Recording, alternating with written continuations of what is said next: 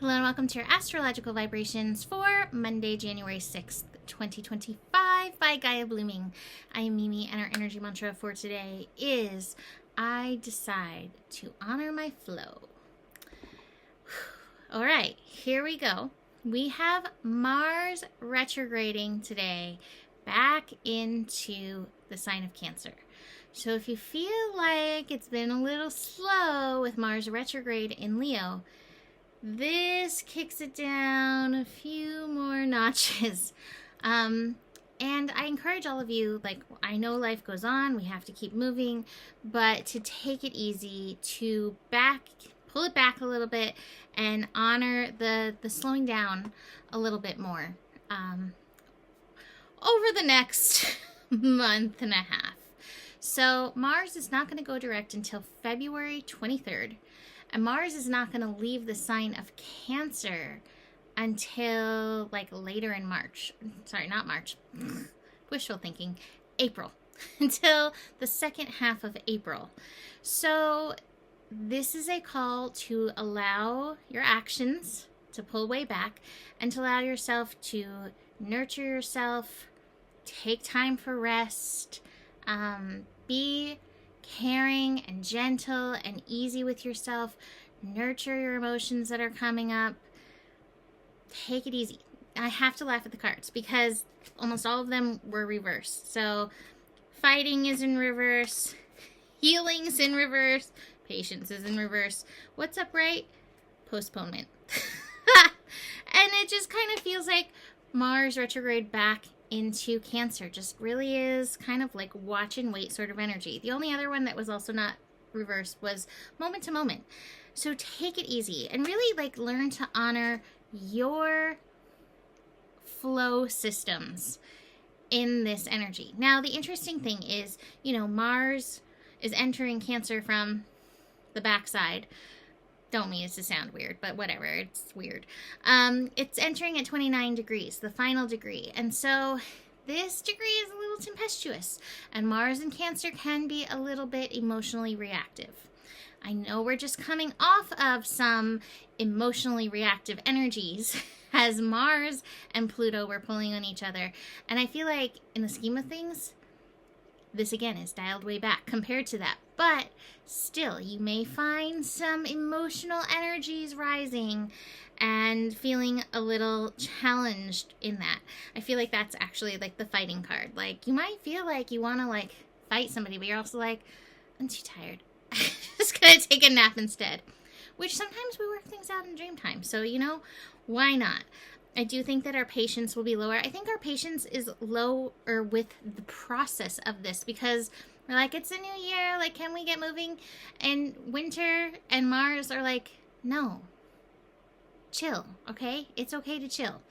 And then the world is like, but show up and go to work and make sure that you get everything done you have to do. So I understand that there's a conundrum in this, but see where you can pull it back. See where you can allow yourself a little bit of rest energy. Now, we also have an interesting connection today between Mercury and Neptune. We have them in a square. So Mercury is finally finishing up in Sagittarius and it's squaring Neptune in Pisces. And this energy can definitely be foggy. Like the fog everybody's talking about outside, right?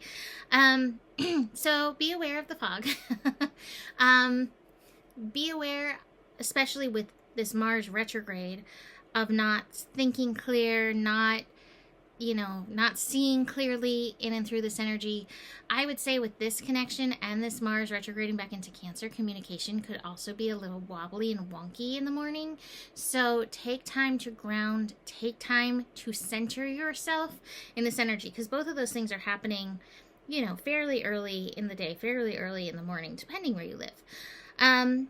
That Mercury-Neptune energy can also throw up some confusion around. So watch for where you're feeling confusion. Watch for online disagreements. Is the fog toxic? Is it air? Who even knows at this point? Moon in Aries is making the rest of the connections, the moon in Aries is connecting to Jupiter. That's actually a lovely little connection.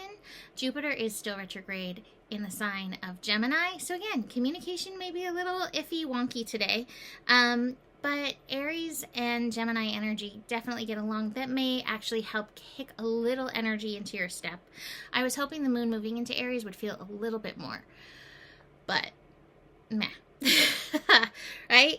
Our last connection of the day is the sun squaring the moon. So sun in Capricorn, moon in Aries. And again, this feels like the pragmatic ask of us, and even like what we desire to do with the moon in Aries versus feeling the Mars and Cancer energy that's like curling up in a blanket with the polar bears would feel really good right now. So yes, let me mention this week ahead, because this week ahead we have a big shift on 1/11, which is very fun. We have the nodes moving out of the signs of Aries and Libra into Pisces and Virgo, and this also goes reversed. So we go in at 29 Pisces. We have a lot going on at 29 Pisces this year, so this is supportive. We actually have an eclipse at 29 Virgo too, so we're getting a little preview of those energies.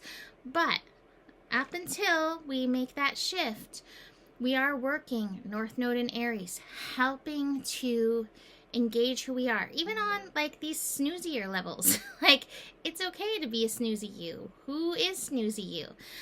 Who is impatient snoozy you, right? Like, just looking at these layers, honoring them, and paying attention to where you may try to Libra your way through things and try to please and take care of others at the expense of yourself. And watch that with this 29 Mars Cancer, because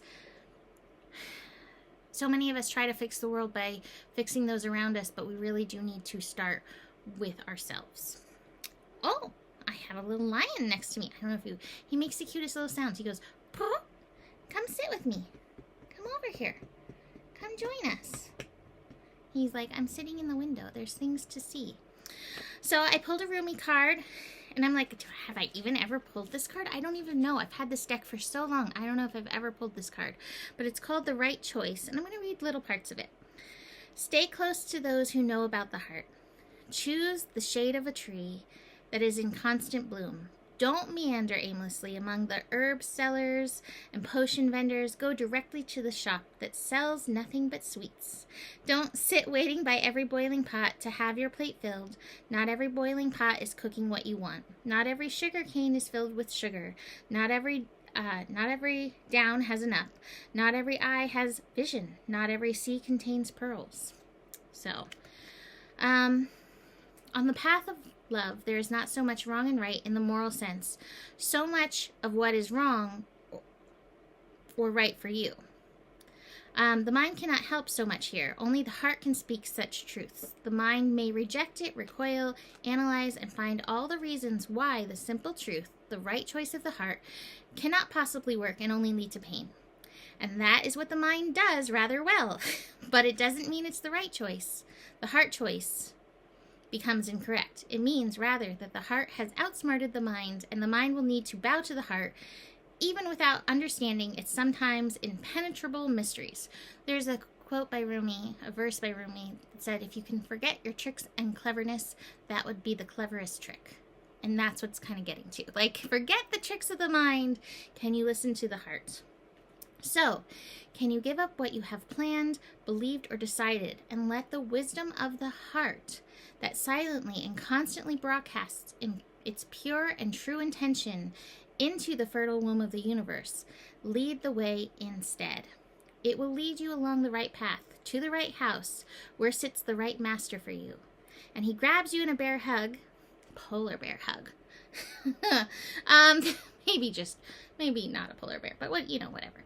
Gently whispers into your ear, what took you so long? I've been waiting for you since the day you were born, and now we're together and it's time for us to play. This oracle comes with a message for you. In your heart, you know what holds meaning for you. You may or may not have grand vision to go along with that meaning as yet, but deep within, you know what is without value and what holds value for you.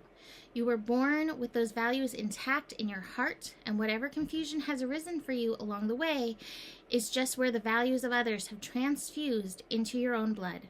It's time for a transfusion of holy light into that blood to be cleansed, purified, restored to its integrity, and filled with passion for what's rightfully yours, your unique passion and purpose. If you have been concerned about your path and what steps to take next, this oracle comes as an omen of good things headed your way. Clarity, reassurance, truth, revelation. Don't hold on to a belief system or vision if it appears to be tossed on its head. Let things go the way they will, and good fortune will prevail for you. That vision might actually have been upside down all of this time and suddenly able to right itself and be born for you if allowed to topple. Or perhaps there is a more fulfilling version of your vision lurking in its remnants to be scooped up by your soul with its hawk vision and eagle deftness. Trust that if you are being drawn away from tantalizing sweet shop, there is a more delicious array of confection just around the corner for you. So yes, have your tantrum if you must, but you will be sheepish soon when you realize the hand of the great beloved that removes the hand of the great beloved that removes is the same hand that bestows even greater gifts. And I'm going to read the sacred honoring ritual. So it says, turn the palms of your hands down towards the earth and say aloud, with gratitude and trust, I release that which is not rightfully mine. And open hands up to the sky and say aloud, I give thanks for the grace. Alexa, whatever. I give thanks for the grace that is bestowed upon me now as I accept my rightful divine inheritance. And then stand with your hands in prayer at your heart and say aloud, I honor my heart wisdom. May my heart always be my leading light, showing me the way of grace, and so be it. And with that, you have completed your sacred honoring ritual. So, hopefully that energy can help you find alignment in this Mars retrograde. And back to this healing card that I didn't bring up again. I think that this is going to be a time of healing rest. That rest will ultimately bring healing of multiple things, multiple emotions. Like, lean yourself into rest when and where you can. So, I'm going to leave that there for today. If you would like to buy a 2025 year ahead reading, please get on my list. If you have reached out to me and haven't heard from me, please be patient with me because I'm doing as much as I can while also trying to honor my inner pullback too with this Mars retrograde. So please just have patience. And besides all that, the better it gets, the better it gets. There's more than enough love in the world for you. You have the power, and remember who you are, for you are the solution. Namaste.